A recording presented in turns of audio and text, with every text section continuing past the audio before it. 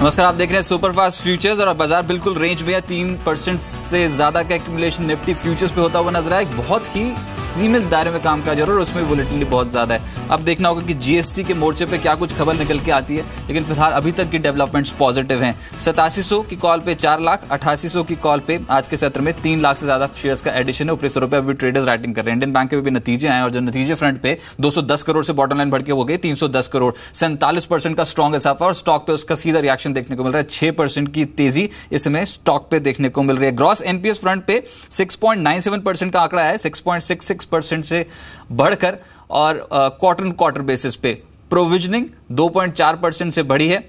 और जो gross NPS जो मैं बात कर रहा हूं उसमें मामूली बढ़त में कहूंगा 6.66% से 6.97% का आंकड़ा देखने को मिला है। नेट एनपीएस में भी 4.2% से बढ़कर 4.48% का आंकड़ा यानी मामूली बढ़त। एनआई 10.3% से बढ़ी है। तो बाजार के अनुमान से बेहतर नतीजे, 6% के आसपास की तेजी इंडियन बैंक पे देखने को मिल रही है। लेकिन कुछ स्टॉक्स जो आज हलचल में है, सबसे पहले तो निफ्टी के कंट्रीब्यूटर्स आपको बताएं तो आईटीसी आज ये स्टॉक्स हेवीली प्ले कर रहा है मार्केट पे। निफ्टी का जो भी आज कंट्रीब्यूशन मिल रहा है वो सिर्फ आईटीसी के बलबूते ही लग रहा है। इसके अलावा Maruti Suzuki, HCL Tech, Hero MotoCorp, ये कुछ ऐसे स्टॉक्स हैं जहां पर आज ट्रेडर्स का फोकस पॉजिटिव है और निफ्टी पे चढ़ने वाले स्टॉक्स की सूची में सबसे ज्यादा गेन इन सभी स्टॉक्स पे देखने को मिल रहे हैं। निफ्टी लूजर्स के बारे में बात करें तो आज के सत्र में अल्ट्राटेक सीमेंट, एचडीएफसी, विप्रो और ऑरबिंदो फार्मा जैसे स्टॉक्स जो हैं यहां पर सबसे ज्यादा गिरावट देखने को मिल रही है निफ्टी लूजर्स में। अब कुछ एफएनओ गेनर्स के बारे में बात करें तो आज के सत्र में मैरिको, टाटा कम्युनिकेशन, आईडीएफसी और आईटीसी जैसे स्टॉक्स पे तेजी बनती हुई नजर आई। आशीष अंदानी साहब मेरे साथ मौजूद हैं। आशीष जी नमस्कार, स्वागत है आपका। सर सबसे पहले तो इंडेक्स पे बताएं, एक रेंज में काम का जो है, क्या ये रेंज अभी और कैरी होगी आने वाले समय में? देखिए, मुझे लगता है रेंज शायद एक दो वीक में ब्रेक होने के बहुत चांसेस, क्योंकि जीएसटी जो सबसे बड़ा ट्रिगर है मार्केट्स के लिए और मार्केट जिसके लिए काफ़ी समय से रुका है, शायद मुझे लगता है कुछ कंक्लूसिव डिसीजन आना चाहिए। दूसरी तरफ आप देखें तो रिजल्ट्स बहुत सारे आ रहे हैं। अभी जो मेजर रिजल्ट्स आए, हम बोलें कि ब्लू चिप कंपनीज़ के रिजल्ट्स हैं वो इतने इंकरेजिंग नहीं रहे हैं। ऑल्दो कुछ बैंक्स के रिजल्ट्स ठीक ठाक रहे हैं। बायोकॉन का रिजल्ट एक बहुत अच्छा आया था। तो कहीं ना कहीं सेलेक्टिव मिड कैप स्टॉक्स है, सेलेक्टिव पॉकेट्स में बहुत अच्छे अच्छे रिजल्ट्स आए। बट आप अगर डॉक्टर रेड्डी का रिजल्ट देखें या बजाज के रिजल्ट देखें, इतने इनकरेजिंग नहीं रहे हैं। तो मुझे लगता है कि वो जो एक ओवरहैंग पिछले 1-1.5 महीने से ऑलमोस्ट चल रहा है निफ्टी में, जो एक बहुत टाइट रेंज में चल रहा है, वो कहीं ना कहीं अगले 1-2 हफ्ते में ब्रेक होने के पूरे चांसेस हैं। मुझे लगता है ट्रेडर्स यहाँ से फिर भी बायस तो बाइंग की तरफ ही रहेगा। आप देखें कल की जो पूरी करेक्शन थी मार्केट ने उसको कंप्लीटली बाय आउट कर दिया पूरे करेक्शन को। मुझे लगता है कि मार्केट यहाँ से 8735 तक के लेवल्स दिखा सकता है और जो एक स्टॉप लॉस ट्रेडर्स बाय के लिए रखें वो 8610 के आसपास का रख सकते हैं। आशीष जी, अब निफ्टी पे अलग अलग राय लूंगा जानकारों की, लेकिन अभी भी इंडियन बैंक के नतीजे आए हैं और बॉटम लाइन फ्रंट पे स्ट्रॉन्ग कंट्रीब्यूशन 45-47% के आसपास की ग्रोथ दर्ज किया बैंक ने दिन के उच्चतम स्तर पे 160 के लेवल पे। आपकी राय इंडियन बैंक पे?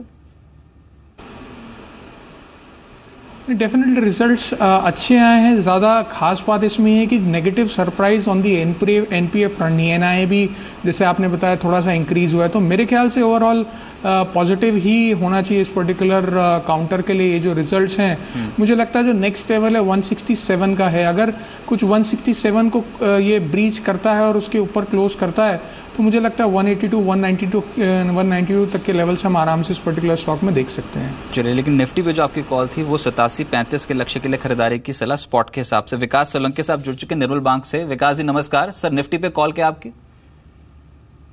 अब कल का एक कैंडल देखोगे, डेली चार्ट आउटसाइड कैंडल बना हुआ है। आज अगर मेंटेन भी कर रहा है उस हिसाब से तो 8670 के ऊपर अगर जैसे निफ्टी कैश में निकल रहा है तो वहाँ पे एक बाय कॉल जनरेट करना चाहिए। अपर साइड में 8720 के लेवल्स यहाँ पे मुझे लगता है अभी भी इम्पैक्ट अपसाइड में जाने के चांसेस है। नीचे में 8630 का एक स्टॉप लॉस रखना चाहिए। स्पॉट लेवल के निफ्टी के लेवल्स को काम में, तो यहाँ से मेरी बाई स्ट्रेटेजी रहेगी अपसाइड 8720 टारगेट और नीचे में 8630 का स्टॉप लॉस। चलिए, 8720 आप भी लक्ष्य लेके चल रहे हैं और 8630 का स्टॉप लॉस। एक स्टॉक बताएं सर जहां पर आप बेट लगाएंगे पॉजिटिव साइड पे। जी, अगर आप देखोगे इंट्राडे में आज आदित्य बिरला नोवा अभी भी एक अच्छा खासा मोमेंटम कैरी कर रहा है और कल भी देखोगे तो अच्छा खासा एक रन अप कर चुका है स्टॉक। मुझे लगता है यहाँ से 1520, 1530 का टारगेट अभी भी स्टॉक में देखा जा सकता है। नीचे में अगर पेज लो के हिसाब से 1452 के 1455 के आसपास का एक स्टॉप लॉस मेंटेन कीजिए। अपर साइड में 1520, 1530 के टारगेट के लिए जा सकते हैं। शुक्रिया मेरे साथ जुड़ने के लिए। प्रदीप हरचंदानी जी जुड़े प्रूडेंट ब्रोकिंग से। प्रदीप जी नमस्कार। क्या आपकी राय पॉजिटिव होगी निफ्टी पे ट्रेड करने के लिए या फिर आप मानते हैं एक रेंज में बाजार बना रहेगा नो रिस्क जोन में, नो ट्रेड जोन में? ये मेरे हिसाब से तो ये नो ट्रेडिंग जोन है। आपको याद होगा कि 12 जुलाई से लेके 22 जुलाई के बीच में जो नो ट्रेडिंग सेशन थे, वहाँ पे निफ्टी ने 85.95 से 84.75 के बीच में ट्रेड किया था। एक कंसोलिडेशन का फेज था, और उसके बाद जब लास्ट मंडे ब्रेकआउट आया तो उसका टारगेट 8700 से 8715 का था, जो अचीव हो गया। और पिछले सवा महीने में आप देखेंगे निफ्टी में करीबन 10% की अपमूव देखी गई है। तो मेरे हिसाब से कंसोलिडेशन का फेज है। 85.95 जो अर्थफॉल रेजिस्टेंस था वो एक सपोर्ट का काम कर रहा है, और वहीं से हमने कल बाउंस बैक देखा है। अगर ये 85.90 का सपोर्ट लेवल टूटता है तो 84.70 तक की एक डाउनफॉल देखी जा सकती है। तो फॉर द टाइमिंग हम वेट कर लेंगे नए ट्रिगर्स इमर्ज होने का। अगर 85.90 के नीचे ट्रेड करता है निफ्टी तो 100 से 120 पॉइंट की शॉर्टिंग अपॉर्चुनिटी क्रिएट होगी, और अगर 87.11 जो मंडे का हाई है, कल का हाई है, वो क्रॉस होता है तो फिर 88.45 तक की अपमूव खुल सकती है। लेकिन जो आपने रेंज बताई है सर, इसी रेंज के बीचों बीच अभी बने हुए हैं, तो काउंटर स्पेसिफिक मूवमेंट बताएं फिर, कहां पर मार्केट पे सबसे स्ट्रांग आपको लगता है जो चार्ट स्ट्रक्चर परफॉर्म कर सकता है? देखिए, कल जो क्रूड ऑयल में गिरावट देखी गई है और पिछले कुछ दिनों से क्रूड ऑयल में कंटिन्यूस फॉल देखा गया है, तो एचपीजी पे आईओसी एक नेचुरल पिक बनती है। आईओसी में पर्टिकुलरली पिछले कुछ दिनों के कंसोलिडेशन के बाद एक फ्रेश ब्रेकआउट इमर्ज हो रहा है आज के सेशन में। तो यहाँ पे 540 के स्टॉप लॉस और 580 के टारगेट के साथ लॉन्ग पोजीशन इनिशिएट करने की एडवाइस रहेगी। Okay, right. 580 का टारगेट आईओसी पे और 540 का स्टॉप लॉस। शुक्रिया। मेरे साथ मनीष शर्मा जी अब जुड़े। मनीष जी नमस्कार, स्वागत है आपका। सर निफ्टी पे कॉल बताएं, क्या यहाँ से तेजी भी और बढ़ेगी या फिर ऊपरी स्तरों पर आप एक्सपेक्ट कर रहे हैं कि मुनाफा वसूली हावी हो सकती है? जी, अगस्त सीरीज की अगर आप स्टार्ट ही देखें तो काफी कॉशियस स्टार्ट हुई है। काफी ज्यादा लॉन्ग रनिंग हमें सिस्टम में देखने को मिल रहे हैं। इनफैक्ट बैंक निफ्टी में हमें कॉल रेटिंग्स भी एक्टिवेटेड है, निफ्टी में भी इवन कॉल रेटिंग्स देखने को मिल रही है। तो मुझे लगता है एक टेक्निकल करेक्शन यहाँ पर देखने को मिल सकता है। 8720 का स्टॉप लॉस मेंटेन रखें, और नीचे में मुझे लगता है एक बार निफ्टी 8550 और 8500 तक के लक्ष्य निफ्टी में देखने को मिल सकते हैं। 8500 तक के लक्ष्य एक्सपेक्ट कर रहे हैं सर अब। तो फिर कौन से स्टॉक पे बिकवाली की सलाह होगी? ये ICICI बैंक में अगर आप देखें रिजल्ट के बाद काफी हैवी सेल ऑफ हमें देखने को मिला है, और हैवी शॉर्ट बिल्डअप अभी भी सिस्टम में एक्टिवेट है।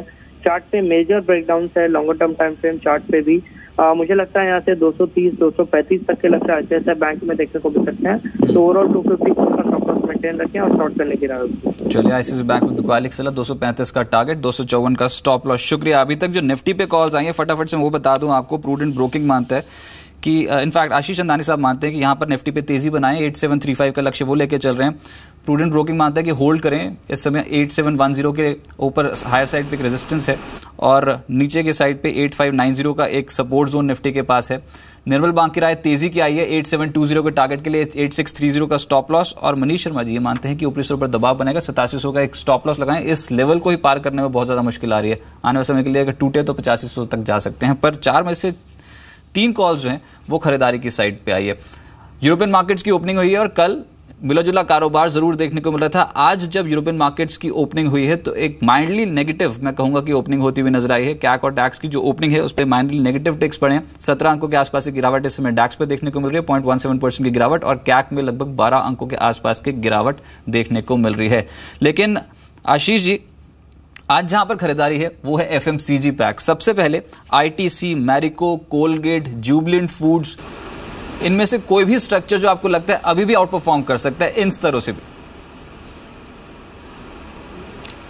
देखिए, मेरे ख्याल से ITC मेरी टॉप पिक रहेगी। ITC में हम देखें कंटिन्यूसली जो लास्ट टाइम रिजल्ट्स आए थे और जो डिक्लेरेशन कंपनी की तरफ से हुई है और जो सिगरेट वॉल्यूम में इंक्रीज़ हुआ है, जो बहुत सरप्राइज़ था लास्ट रिजल्ट्स में, मेरे ख्याल से उसके बाद से काफ़ी री रेटिंग फंडामेंटली इस पर्टिकुलर स्टॉक की हुई है। और टेक्निकली जो आज इस पर्टिकुलर स्टॉक ने जो लेवल्स ब्रेक किए हैं 252, 254 के, मेरे ख्याल से अभी कि नए जोन में चला गया ये पर्टिकुलर स्टॉक। तो मेरे ख्याल से यहाँ पे ट्रेडर बिल्कुल बाइंग की पोजीशन बना सकते हैं। 254 के आसपास का एक स्टॉप लॉस रखें, और कुछ 270, 275 तक के टारगेट्स मुझे लगता है अब ITC टच करने की दिशा में बढ़ चुका है। साथ ही साथ जो अन्य काउंटर्स हैं, कोलगेट, मैरिको, इन पे आपका व्यू?